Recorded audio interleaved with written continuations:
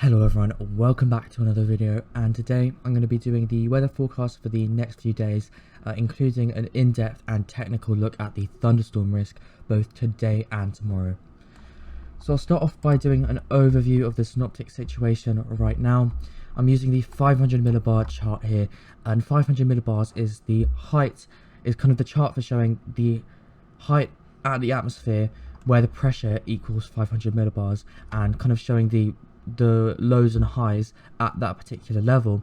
And for reference, the surface is usually around 1000 millibars at ground level, and then so 500 millibars is usually between 5 and 6 kilometers up, and this can often give us a good overview of just the synoptic situation, as I said. So you can see today, this is at 3 p.m, we have a low pressure out to the southwest, and we have high pressure out to the east, and then between those two, that's drawing up a warm and humid southerly airflow, which is unstable, and that's leading to all the warm or hot weather and those thunderstorms. And if I just run through the UKV model's temperatures, I'm not going to go too much into detail on the temperatures by each day, but you can see, 32 degrees likely across parts of, or not likely, but possible across parts of London and the east of England today. And then those really warm temperatures are just sticking around, becoming quite widespread, as you can see, on Tuesday, same on Wednesday, and same on Thursday. So really hot summery weather is likely across the UK and Ireland during the coming week. So then going into the thunderstorm forecast now, I'll start off by showing you the my forecast that I made and put it on my website, and I'll put the link in the description if you want to check out the discussion here for yourself.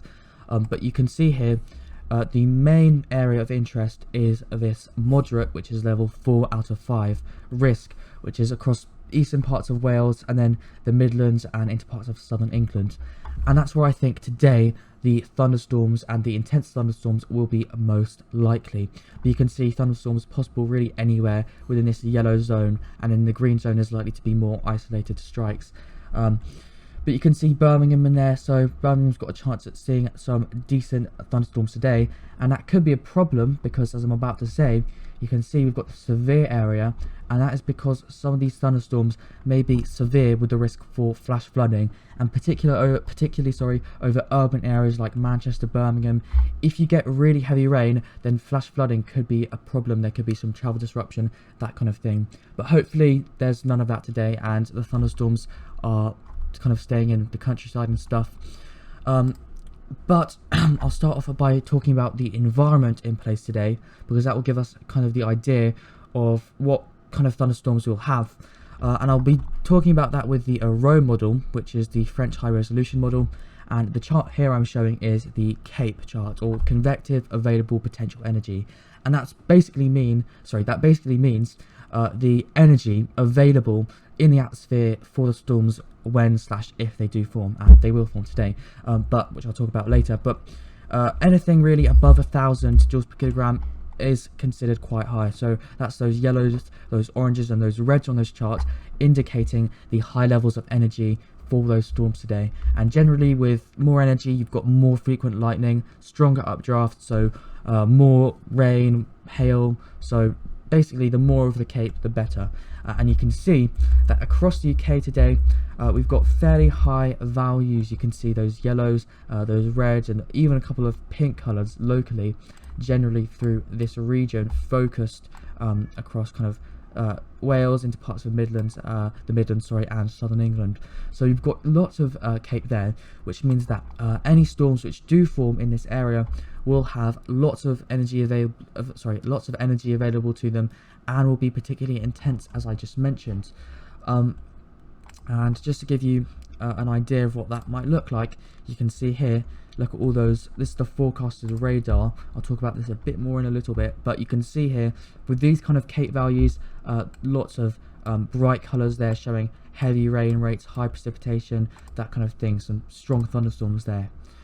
So now that we do know the atmosphere will be favourable for storms if they form, let's have a look at what kind of ways the storms will be triggered and initiated, and what kind of areas will see those storms. So yesterday, or I can't remember when I made the video, I think it was on Friday or maybe it was yesterday. I talked a lot about the shortwave trough, which is going to bring going to bring the upper level lift and support for storms to form across parts of Wales, northwest England and the Midlands. However, today, you may have already noticed, but the chart across the UK is looking pretty blank. There are no shortwave troughs, no like bumps in the flow. So really, we're going to not be relying on upper level lift, but we're going to be relying on lift from the surface, and that includes convergence zones when the winds are pushing together, outflow boundaries, terrain which is helping the air to move upwards and form storms. So that's really going to be our main ways of initiating thunderstorms today. And something interesting which is possibly going to influence that is the development of a small low pressure system across the southeast. So this is the live observation map of the wind on xcweather.co.uk, and you can see we've got a northeasterly wind coming in like that. We've got a westerly winds along the south coast, and then you can kind of make out the sort of circulation which is located somewhere around that zone, as you can see, where the winds are changing directions quite locally, as you can see there.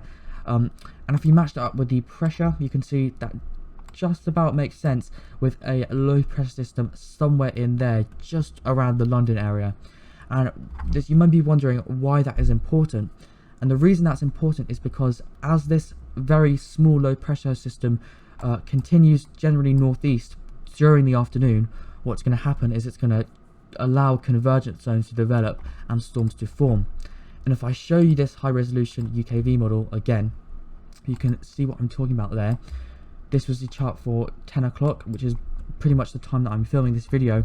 And you can see our low is just somewhere in there, kind of hard to make out. You can generally see the wind directions on this chart are supporting it being somewhere in there. But then if I move this through, you can see how we still just about have that low around central southern England by 2 o'clock in the afternoon, which is that timestamp up there. But you can see what starts to happen is we get a convergence zone developing sort of along / slightly ahead of that low pressure system there, which I'll just actually, let me just clear this and I'll kind of trace out that convergence zone, which is where the winds are coming together. And so I'm expecting storms to start forming during the early afternoon, kind of in this region here, along that convergence zone. And then what I'm expecting to happen is that convergence zone is likely to start shifting west during the course of the afternoon, and you can really see that there. And the pattern becomes very messy, lots of localized convergence through this area, and that's going to really help those storms and thunderstorms initiate. And like I said, once they initiate, they're going to become very active, because look at all the energy that is in place across parts of the Midlands, southern England, into parts of northern England as well. So that's kind of what I'm expecting to happen, and I'll show you some simulated reflectivity. And that's basically the model predicting what the radar image is going to look like. And you can see here, this is the arome like I showed you before, and notice how it starts to initiate thunderstorms across parts of southern England around 1-2 o'clock, and that lines up there with our convergence zone. You can see winds like that. You've got convergence zone just in there, as you can tell, and so that makes sense to me. I expect storms to initiate there in the early afternoon. They've got lots of instability, so they're likely to become intense. And then what happens is during the later afternoon, you get more of those storms starting to develop across especially the Midlands, where you've got a very messy picture of the surface wind field. So the winds are coming together very locally in different ways, and so lots of different thunderstorms are starting to develop, possibly growing upscale, which is basically saying kind of becoming bigger and more organized into thunderstorm clusters, that kind of thing. And you know there's a lot of energy and instability, so that is going to likely be, oh, I think I just broke my Chrome extension, never mind, but that's going to likely bring the risk for flash flooding, as I mentioned, especially in any urban areas. But as we know, it's important to look at more than one possibility, so I'll show you the same thing from the UKV model here, and also the precipitation rate. So you can see UKV model shows broadly the same thing, with thunderstorms starting to initiate across eastern / southeastern England because of that convergence zone in the early afternoon, and then continuing to the west during the later afternoon into the evening. However, you may notice that the UKV really doesn't develop so many thunderstorms across parts of the West Midlands. I mean, personally, that doesn't make quite so much sense, because if you're going to be having this convergence zone kind of moving east, as the UKV does suggest, if I get this out right here, you can see you're going to be having this convergence zone moving east, and there's going to be lots of thunderstorms, so there's going to be outflow and that kind of thing. It doesn't really make sense for there to be no storms in this region here, especially when there is so much instability, as I showed you on this chart. So it is a relatively uncertain forecast, because there's no clear upper level support, there's no super clear convergence zones. It's kind of a bit just unclear, really, as I was saying. So we are going to be relying really on those kind of localized convergence zones, which are pretty hard to predict.